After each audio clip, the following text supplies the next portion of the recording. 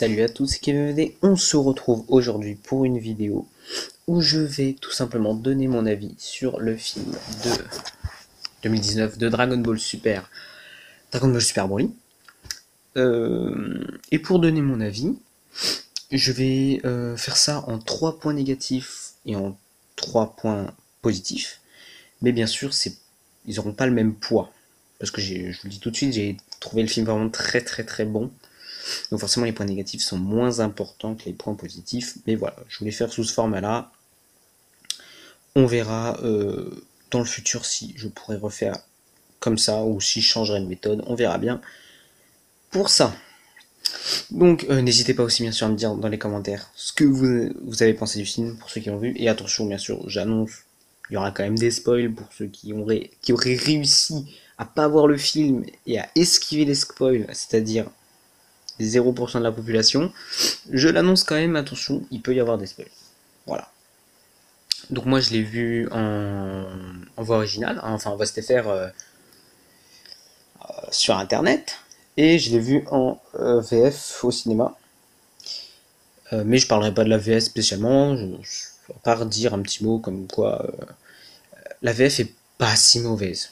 Voilà, j'ai vu pire. Donc on va commencer tout de suite par le premier défaut, qui est qui est un tout petit défaut, hein, c'est peut-être plus une incohérence qu'un défaut, c'est l'enchaînement des combats. C'est-à-dire qu'à euh, un moment, Broly affronte Vegeta God, et juste après, c'est-à-dire, mais vraiment, c'est-à-dire qu'ils arrêtent le combat parce que Goku veut se taper contre Broly. Certes, imaginons. Mais le problème, c'est que Goku il est en forme normale, c'est-à-dire que Broly tenait tête à Vegeta God, et juste après, Goku tient tête à Broly. Donc, si on fait le lien, Goku tient tête à Vegeta God, ça n'a aucun sens. Après, il se transforme en Saiyan, c'est la même histoire, et après en God. Et après, il se fait éclater. Donc voilà, petite incohérence à ce niveau-là, hein, toute petite, hein, mais quand même, elle est présente, faut le savoir. Et c'est vrai qu'elle m'a un petit peu gêné. Hein, pareil aussi, au niveau de la durée du combat entre Freezer et Broly, on peut en parler? Genre 1 heure? Genre quasiment 1 heure? Genre il y a peut-être 10 minutes où Freezer a pas combattu parce que oui, c'est occupé de Broly, mais 1 heure pendant la fusion là, ça fait un peu beaucoup, non? Voilà, ça c'était les petites incohérences, c'était le premier défaut. Il est mignon, voilà, il est tout gentil. Là on rentre dans les défauts un petit peu plus gênants, avec une partie du combat Gogeta contre Broly. Alors vous allez le reconnaître, c'est le passage où Gogeta et Broly se battent dans une sorte d'univers parallèle là, parce que voilà, ils sont tellement forts que voilà, l'espace et le temps se brisent et tout à leur coup et tout. Bon bref, déjà l'idée est bancale, déjà. Et surtout graphiquement, c'est pas beau en fait. Genre graphiquement, par rapport au reste du film, graphiquement c'est, pour moi, j'ai eu l'impression qu'il y avait deux types de comment, de d'animation de combat, une phase en 2D qui est magnifique, et une phase en 3D, notamment dans ce cas-là, dans le cas du combat là, qui est moche. Enfin, moi j'ai trouvé ça moche en fait.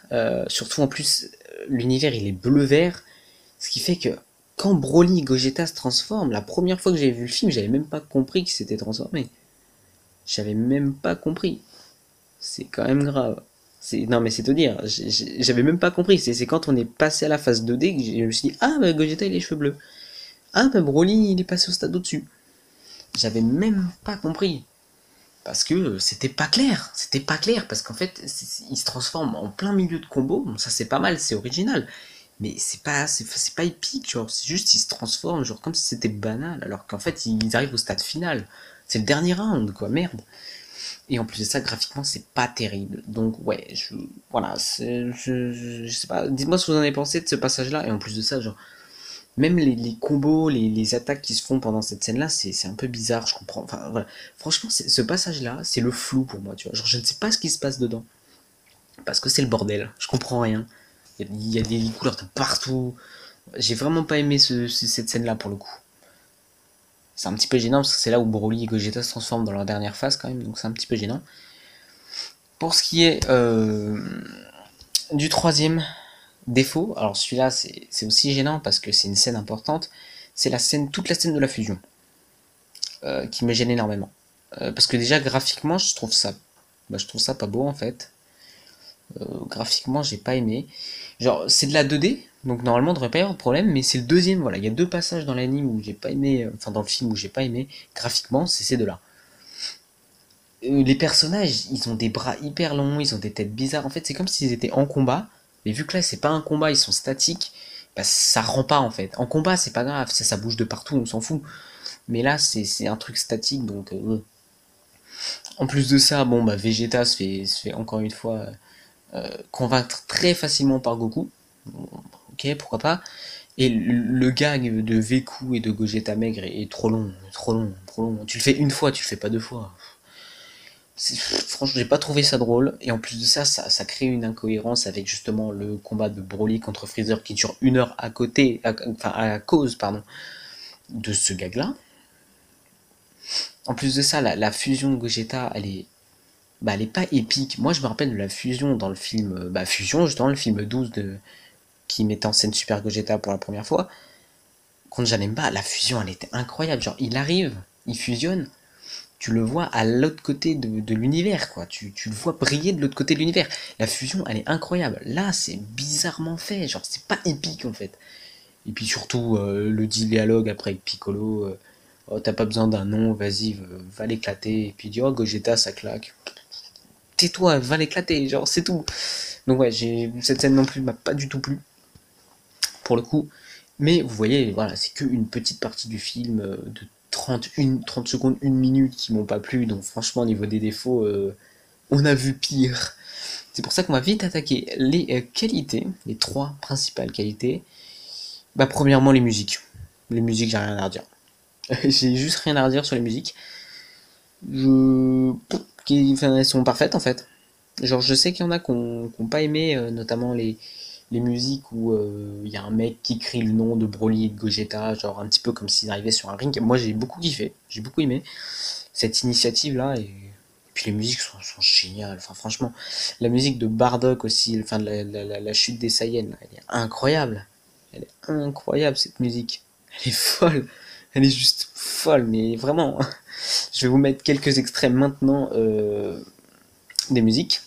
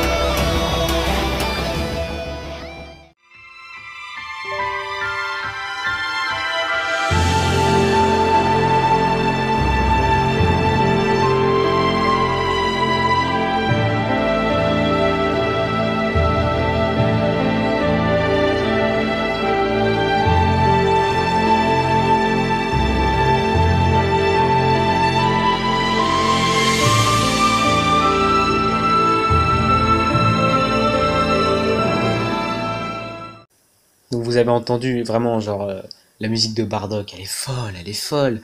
La musique finale de Gogeta contre Broly, elle est pareille. Genre, ça reprend un petit peu les thèmes de Dragon Ball Super, mais c'est tellement épique. Enfin voilà. Et puis là, j'en ai pris que trois, hein, mais il y en a plein des musiques. Elles sont toutes stylées, franchement.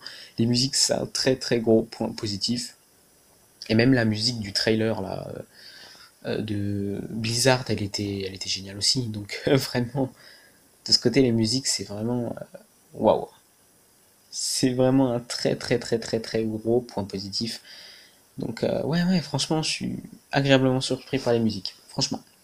Bah, quand tu vas voir un film Dragon Ball Super, les musiques, des fois, tu te dis, bon, c'est pas le plus important, pour eux en tout cas, mais là, ils ont vraiment, vraiment fait du lourd.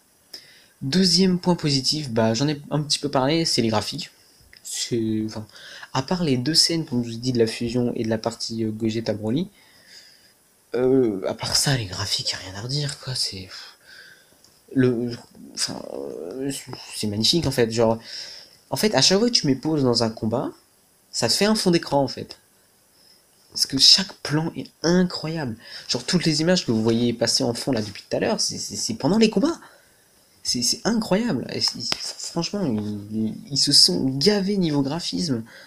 Euh, voilà. C'est vrai qu'il y a certains personnages, j'avais un petit peu peur niveau graphique. Notamment Freezer. Freezer, bon, c'est vrai que Freezer graphiquement, c'est pas celui qui me plaît le plus, mais aussi Bardock. Mais ça rend bien finalement, ça rend bien. Donc, non, non, franchement, Vegeta, Goku, ils sont archi stylés. Broly, c'est pareil. Paragus c'est aussi stylé, les deux nouveaux personnages là qui aident Broly à la fin là sont très bien faits, l'armée de Freezer, etc. Guinée. Graphiquement incroyable les personnages et les combats sont incroyables. Enfin l'animation est folle. Comme je te dis, en fait t'as cet impact, t'as l'impression vraiment que les personnages sont hyper puissants et malgré tout tu comprends ce qui se passe parce que Dragon Ball Z des fois ils sont tellement puissants les persos que bah tu comprends pas trop ce qui se passe à l'écran et c'est pas très agréable. Là, c'est hyper fluide, hyper stylé, les techniques sont originales, notamment de Gogeta et de Broly. Donc vraiment, graphiquement, c'est... Graphiquement aussi, c'est du très très très très très lourd aussi graphiquement. Et pour le dernier point positif, enfin le dernier point positif que j'ai gardé, hein, parce qu'il y en a plus, hein, il y a aussi, j'aurais pu parler du background des personnages qui sont hyper intéressants. L'humour aussi, même si bon, ils ont tenté des trucs, mais c'était pas hyper réussi. Mais c'était pas gênant non plus. Mais le plus gros point positif pour moi, c'est l'histoire. Alors on va voir du Dragon Ball Super, tu te dis bon ils vont se taper dessus pendant 1 heure et demie. C'est en partie vrai. C'est en partie vrai, mais il y a aussi une partie histoire, notamment sur les Saiyans là, qui j'adore, j'adore. Cold qui remet la descendance à Freezer, Freezer qui ramène les détecteurs sur la planète Vegeta, l'histoire de Broly, de Paragus, les petits clins d'œil pendant le film aussi. Et puis la chute des Saiyans, de Bardock et des Saiyans qui est incroyable. Enfin, surtout la scène de Bardock et de Guinée et après, enfin tout ce qui suit, la destruction de la planète Vegeta. Enfin, c'est avec couplé à la musique, c'est un truc de ouf. Cette scène, elle est incroyable pour moi. Elle est juste folle. Pareil, il y a un moment Bardock qui dit, je reprendrai pas ses mots exacts, mais il dit quoi? Il dit voilà, pendant toute ma vie, j'ai fait le mal, j'ai détruit des planètes, etc. Enfin, j'ai pas détruit les planètes, mais j'ai tué des gens, quoi. Et aujourd'hui, j'ai envie de sauver quelqu'un, tu vois. Et tu vois, ça pour un Saiyan, c'est hyper classe, franchement. Et j'ai vraiment beaucoup aimé. Pareil, je faisais partie des gens qui voulaient pas connaître la mère de Goku, tu vois. Des fois, je me dis, c'est mieux de pas savoir.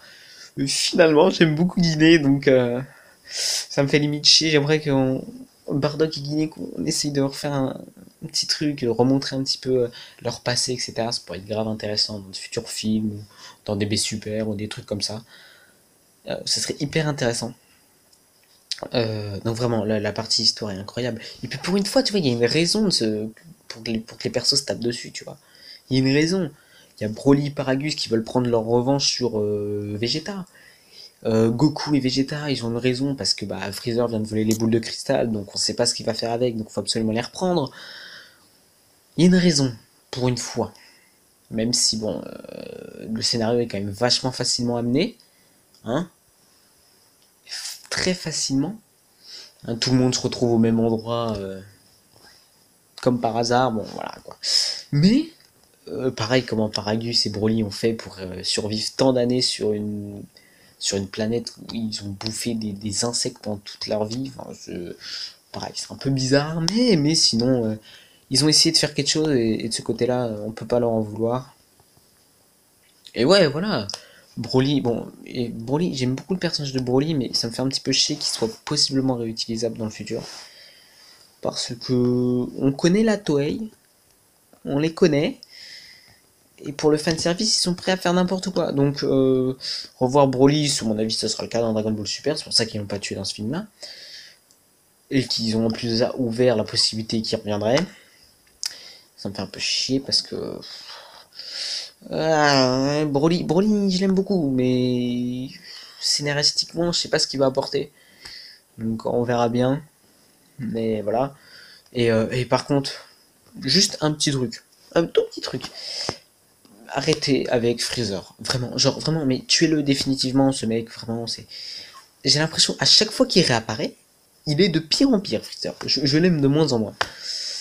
Freezer, la première fois qu'on l'a apparu, c'est le tyran qui était capable de martyriser des peuples, de vendre des planètes, de tuer des gens, de détruire des planètes. Il s'en battait les steaks. Le problème, c'est que plus ça va, plus il se fait ridiculiser, sachant que c'est censé être un tyran. C'est quand même compliqué. Là, c'est-à-dire que le combat contre Broly, c'est clairement lui qui bouffe, hein, c'est pas Broly. Hein, donc, voilà. Encore une fois. Ouais. Voilà. Bref, les gars, je vais vous laisser justement avec la scène de Bardock et de la chute des Saiyans, parce qu'elle est folle, donc je voulais vous la mettre. Et on se retrouve, enfin, juste après là, et on se retrouve bientôt, les gars, pour une prochaine vidéo. Peut-être sur Dokkan Battle, probablement sur Dokkan, mais cette fois-ci j'avais un petit peu envie de changer.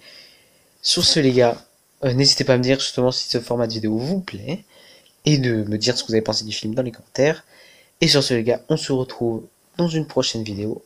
Allez, bye!